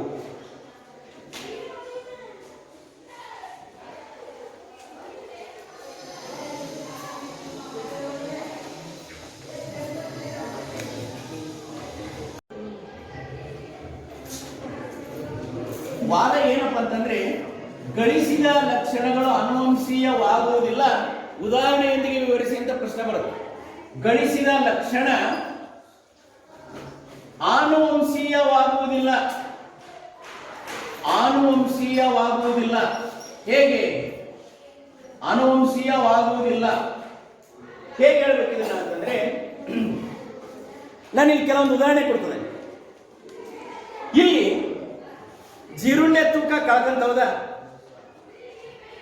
ಇದು ಗಳಿಸಿದ ಲಕ್ಷಣ. ಇದು ತೂಕ ಕಳ್ಕೊಂಡು ಕ್ಷಾಮ ಸ್ಥಿತಿಯಲ್ಲಿ, ಬರಗಾಲದ ಸ್ಥಿತಿಯಲ್ಲಿ, ಆಹಾರ ಕೊರತೆಯಿಂದ ಜೀರುಂಡೆ ತೂಕ ಕಳ್ಕೊಂಡು ಅದರ ಲಕ್ಷಣವನ್ನು ಗಳಿಸ್ಕೊಂಡಿರ್ತದ. ಆ ಲಕ್ಷಣ ಮುಂದಿನ ತಳಿ ಪೀಳಿಗೆಯಲ್ಲಿ ವರ್ಗಾವಣೆ ಆಗಲಿಲ್ಲ. ಏಕೆ ಅಂತಂದ್ರೆ ಅದು ಗಳಿಸಿದ ಲಕ್ಷಣವಾಗಿತ್ತು. ಈ ಲಕ್ಷಣ ಲೈಂಗಿಕ ಕೋಶಗಳಿಗೆ ವರ್ಗಾವಣೆ ಆಗಲಿಲ್ಲ. ಆದ್ದರಿಂದ ಅದು ಗಳಿಸಿದ ಲಕ್ಷಣ ಆನುವಂಶಿಕವಾಗಿ ವರ್ಗಾವಣೆ ಆಗಲಿಲ್ಲ. ಒಂದು ಉದಾಹರಣೆ ಕೂಡ ಜೀರುಂಡೆಯ ತೂಕ. ಇನ್ನೊಂದು ಉದಾಹರಣೆ ಕೂಡ ವಿದ್ಯಾರ್ಥಿಗಳು ಏನಪ್ಪಾ ಅಂತಂದ್ರೆ, ಇಲ್ಲಿ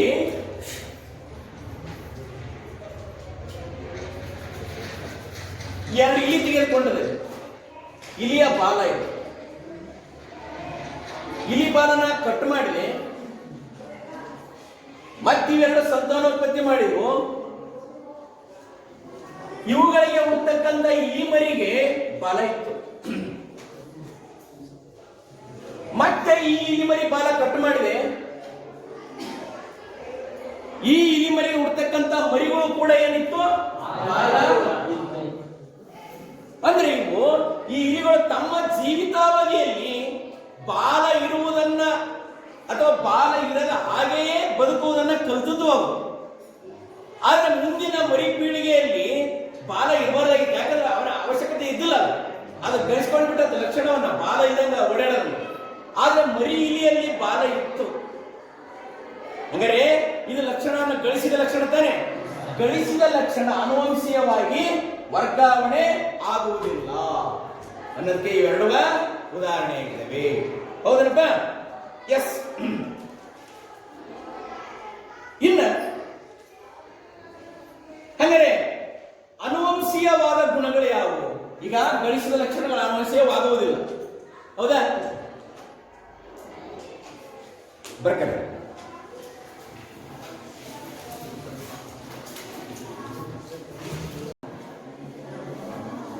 ಹಾಗಾದ್ರೆ ಅನುವಂಶೀಯವಾದ ಗುಣಗಳು ಯಾವಪ್ಪ?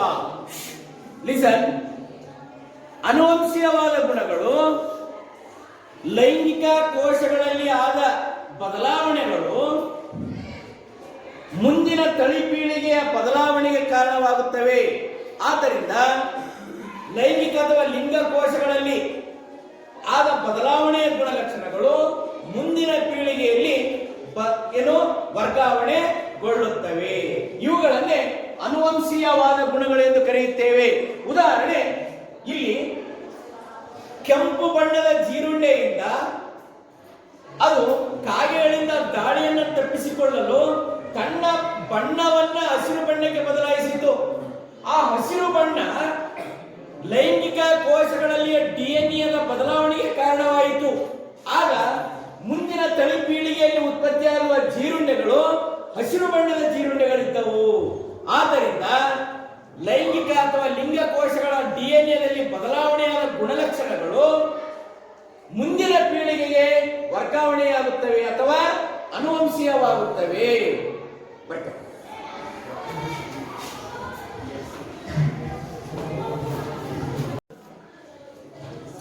ಓಕೆ,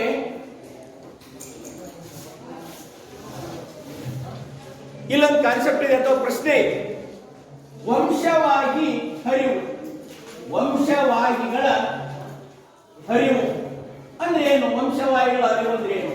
ಇದನ್ನ ನಾನು ಒಂದು ವಿವರಣೆಯನ್ನ ಕೊಟ್ಟು ಹೇಳ್ತದೆ ವಿದ್ಯಾರ್ಥಿ. ಈ ಕಡೆ ನೋಡ್ತಾ ಇದ್ದೆ. ಏನಪ್ಪಾ ಅಂತಂದ್ರೆ, ಇಲ್ಲಿ ಜೀರುಂಡೆ ಗುಂಪು ಇದೆ ತಾನೆ, ಜೀರುಂಡೆ ಗುಂಪು ಇದೆ ತಾನೆ. ಈ ಜೀರುಂಡೆ ಗುಂಪಿನಲ್ಲಿ ನಡುವೆ ಇಲ್ಲೊಂದು ಜೀರುಂಡೆ ಗುಂಪು ಬರೀತೇನೆ. ಇಲ್ಲಿ ಬರೆಯೋಣ, ಇಲ್ಲೊಂದು ಜೀರುಂಡೆ ಗುಂಪು ಬರೀತೇನೆ ನಾನು. ಇದು ಜೀರುಂಡೆ ಗುಂಪು ಅಂತ ಇಟ್ಕೊಳ್ಳೋಣ ಅಲ್ವಾ? ಜೀರುಂಡೆ ಗುಂಪು. ಇಲ್ಲಿ ಏನಿದೆ ಅಂತಂದ್ರೆ, ಈ ಕಡೆಗೆ ಅರ್ಧ ಕೆಂಪು ಜೀರುಂಡೆ ಇದ್ದಾವೆ, ಈ ಕಡೆಗೆ ಅರ್ಧ ಹಸಿರು ಜೀರುಂಡೆ ಇದ್ದಾವೆ. ಕೆಂಪು ಜೀರುಂಡೆ, ಹಸಿರು ಜೀರುಂಡೆ. ಒಂದಾನೊಂದು ಕಾಲದಲ್ಲಿ ಇದೊಂದು ಪ್ರದೇಶ ಅಂತ ಇಟ್ಕೊಳ್ಳೋಣ. ಒಂದಾನೊಂದು ಕಾಲದಲ್ಲಿ ಪ್ರವಾಹ ಹೆಚ್ಚಿಗಾಗಿ ಈ ಎರಡೂ ಜೀರುಂಡೆಗಳ ನಡುವೆ ಒಂದು ನದಿ ಹರಿದೋಯ್ತು ಅಂತ ಇಟ್ಕೊಳ್ಳೋಣ. ನದಿ ಹರಿದೋಯ್ತು ಹಿಂಗೆ, ಹೌದಾ? ನದಿ ಹರಿದೋಯ್ತು. ಅವಾಗ ಹಸಿರು ಜೀರುಂಡೆ ಮತ್ತು ಕೆಂಪು ಜೀರುಂಡೆ ಪ್ರತ್ಯೇಕವಾದವು. ಓಕೆ, ಅವಾಗ ಏನಾಯ್ತು ಅಂತಂದ್ರೆ,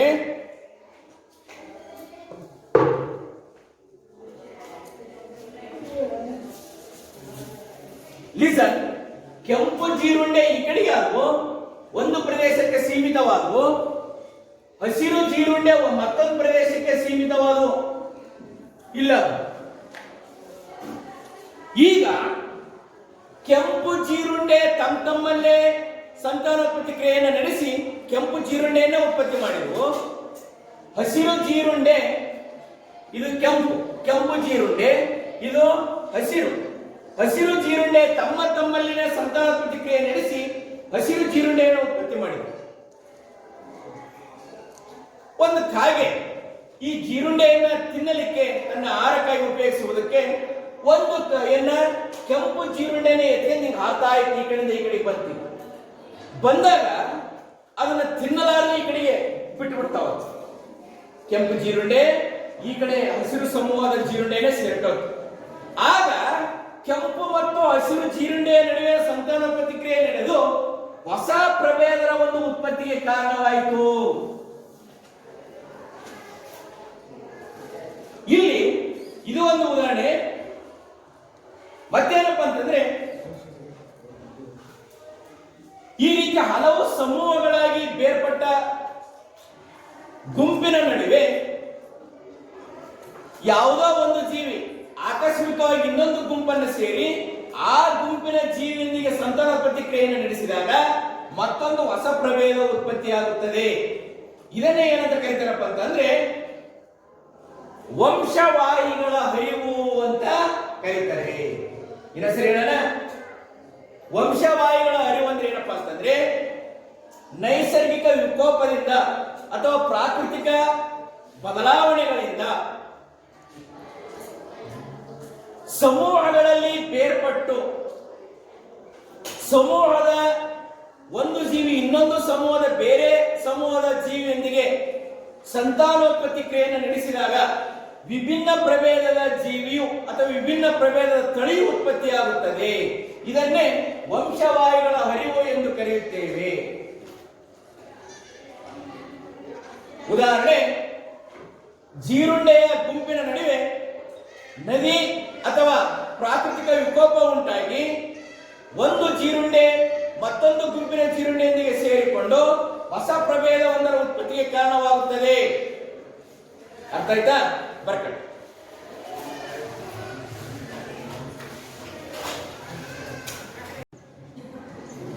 ಪ್ರಭೇದೀಕರಣ ಅಂದ್ರೆ ಏನು? Listen to me. ಇಲ್ಲಿ ಪ್ರಾಕೃತಿಕ ವಿಕೋಪದಿಂದ ಕೆಂಪು ಜೀರುಂಡೆಯ ಗುಂಪೆ ಬೇರೆ, ಹಸಿರು ಸಮೂಹದ ಜೀರುಂಡೆಯ ಒಂದು ಸಮೂಹ ಬೇರೆಯಾಗಿದೆ, ನಡುವೆ ಒಂದು ನದಿ ಹರಿವಿದೆ ಅಂತ ಇಟ್ಕೊಳ್ಳೋಣ. ಕೆಲವೊಂದು ಬಾರಿ ಕೆಂಪು ಜೀರುಂಡೆ ಹಸಿರು ಜೀರುಂಡೆಯೊಂದಿಗೆ ಸಂತಾನೋತ್ಪತ್ತಿ ಕ್ರಿಯೆ ನಡೆಸಿದಾಗ ಹೊಸ ಪ್ರಭೇದದ ಜೀರುಂಡೆ ಉತ್ಪತ್ತಿಯಾಗುತ್ತದೆ. ಇದನ್ನೇ ಏನಂತ ಕರೀತಾರೆ? ಪ್ರಭೇದೀಕರಣ. ಇಲ್ಲಿ ಹಾಗಾದ್ರೆ ಹೇಗೆ ಪ್ರಭೇದೀಕರಣ ಆಯಿತು ಅಂತಂದ್ರೆ, ವಂಶವಾಹಿ ಹರಿವು ಮತ್ತು ನಿಸರ್ಗದ ಆಯ್ಕೆ. ನಿಸರ್ಗದ ಆಯ್ಕೆ ಹೇಗಾಯ್ತು ಅಂತಂದ್ರೆ, ಇಲ್ಲಿ ನದಿ ಏನು ಬಂತಲ್ಲ ಅದು ನಿಸರ್ಗದ ಆಯ್ಕೆ, ಪ್ರವಾಹ ಏನು ಬಂತಲ್ಲ ಅದು ನಿಸರ್ಗದ ಆಯ್ಕೆ.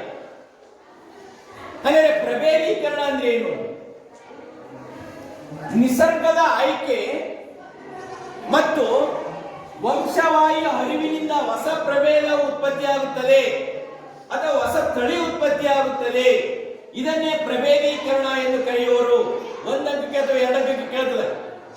ಉದಾಹರಣೆ, ಕೆಂಪು ಮತ್ತು ಹಸಿರು ಜೀರುಂಡೆಯ ಸಮೂಹದ ನಡುವೆ ಪ್ರತ್ಯೇಕಿಸಲ್ಪಟ್ಟರೂ ಕೆಲವು ಬಾರಿ ಕೆಂಪು ಜೀರುಂಡೆ ಹಸಿರು ಜೀರುಂಡೆಯೊಂದಿಗೆ ಸಂತಾನೋತ್ಪತ್ತಿ ಕ್ರಿಯೆ ನಡೆಸಿದಾಗ ಹೊಸ ಪ್ರಭೇದದ ಜೀರುಂಡೆಯು ಉತ್ಪತ್ತಿಯಾಗುತ್ತದೆ. ಇದನ್ನೇ ಪ್ರಭೇದೀಕರಣ ಎನ್ನುವರು. ಇದು ಉದಾಹರಣೆ. ಅರ್ಥ ಆಯ್ತಲ್ಲ? ಬರ್ಕಳಿ.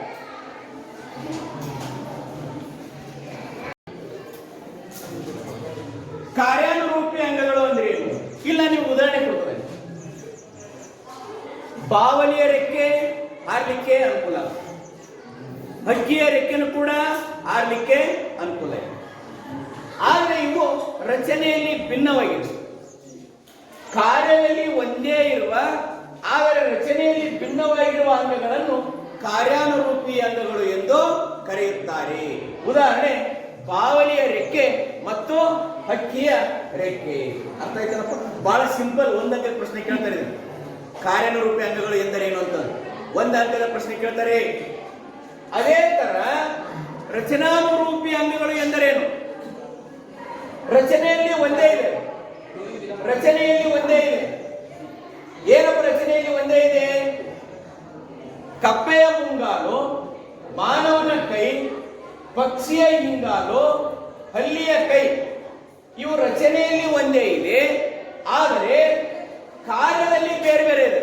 ಕಪ್ಪೆಯ ಮುಂಗಾಲು ಈಜಲಿಕ್ಕೆ ಸಹಾಯ ಆಗುತ್ತೆ, ಮಾನವನ ಕೈ ವಸ್ತುಗಳನ್ನು ಹಿಡಿದುಕೊಳ್ಳಲಿಕ್ಕೆ ಸಹಾಯ ಆಗುತ್ತೆ, ಪಕ್ಷಿ ಹಿಂಗಾಲು ಹಾರ್ಲಿಕ್ಕೆ ರೆಕ್ಕೆ ಆಗ್ಲಿಕ್ಕೆ ಸಹಾಯ ಆಗಿದೆ, ಹಲ್ಲಿಯದು ಕೈ ಗೋಡೆಯ ಮೇಲೆ ನಡೆಯಲು ಸಹಾಯಕವಾಗಿದೆ. ಇಲ್ಲಿ ರಚನಾನುರೂಪಿ ಅಂದ್ರೆ ರಚನೆಯಲ್ಲಿ ಒಂದೇ ಇದ್ದಾವೆ ಆದರೆ ಕಾರ್ಯದಲ್ಲಿ ಬೇರೆ ಬೇರೆ ಇದೆ. ಇಂಥ ಅಂಗಗಳನ್ನು ಏನಂತ ಕರೀತೀವಿ? ರಚನಾನುರೂಪಿ ಅಂಗಗಳು ಎಂದು ಕರೆಯುತ್ತೇವೆ. ಬರ್ಕಂಡ್ರಿ? ಹೇಳ್ತಾನೆ, ಬರ್ಸ್ತೀನಿ. ಓಕೆ, ಇಲ್ಲಿ ಬರ್ಕಂಡ್ರಿ. ಪಡೆಯುಳಿಕೆ ಎಂದರೇನು? ಪಡೆಯುಳಿಕೆ ಪಡೆಯುಳಿಕೆ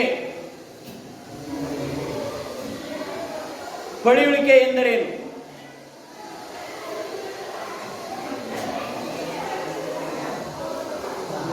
ನೋಡಿ,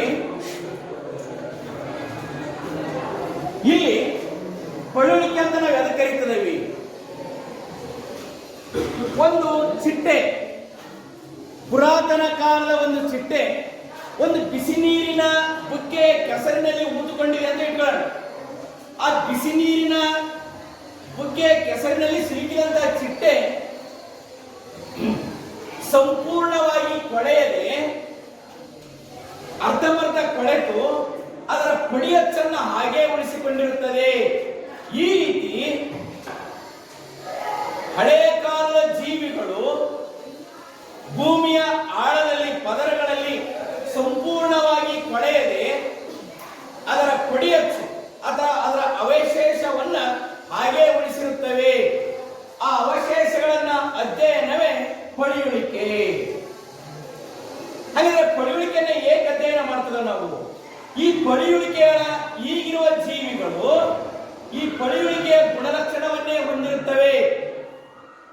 ಆದ್ದರಿಂದ ನಾವು ಈ ಪಳಿಯುಳಿಕೆಗಳಿಗೂ ಮತ್ತು ಈಗಿರುವ ಜೀವಿಗಳ ಸಂಬಂಧವಿದೆ ಎಂದು ಗ್ರಹಿಸುತ್ತೇವೆ. ಹಾಗೆ ಪಳಿಯುಳಿಕೆ ಅಂದ್ರೆ ಏನಪ್ಪಾ ಅಂತಂದ್ರೆ ಹಳೆಯ ಕಾಲದ ಜೀವಿಗಳ ಅವಶೇಷಗಳು ಭೂಮಿ ಅಡಿಯಲ್ಲಿ ಕೊಳೆಯದೆ ಹಾಗೆಯೇ ಅವುಗಳ ಪಡಿಯಚ್ಚು ಅಥವಾ ಅವುಗಳ ಕೊಳೆಯದೆ ಉಳಿದಿರುವ ಭಾಗಗಳು ಉಳಿದುಕೊಂಡಿರುತ್ತವೆ. ಆ ಭಾಗಗಳನ್ನೇ ಪಳಿಯುಳಿಕೆ ಎಂದು ಕರೆಯುತ್ತೇವೆ. ವಾಕ್ಯ ಅರ್ಥ ಆಯ್ತಲ್ಲ? ಹಾಗಾದ್ರೆ ಪಳಿಯುಳಿಕೆ ಅಂದ್ರೆ ಏನಪ್ಪಾ ಅಂತಂದ್ರೆ ಹಳೆಯ ಕಾಲದ ಪುರಾತನ ಕಾಲದ ಜೀವಿಗಳು ಭೂಮಿ ಅಡಿಯಲ್ಲಿ ಸಿಲುಕಿ ಸಂಪೂರ್ಣವಾಗಿ ಕೊಳೆಯದೆ ಅವುಗಳ ಪಡಿಯಚ್ಚು ಅಥವಾ ಅವುಗಳ ಅವಶೇಷ ಹಾಗೆ ಉಳಿದಿರುತ್ತದೆ. ಇದನ್ನೇ ಪಳಿಯುಳಿಕೆ ಎಂದು ಕರೆಯುತ್ತೇವೆ. ಇವುಗಳನ್ನೇ ಯಾಕೆ ಅಧ್ಯಯನ ಮಾಡ್ತೇವೆ?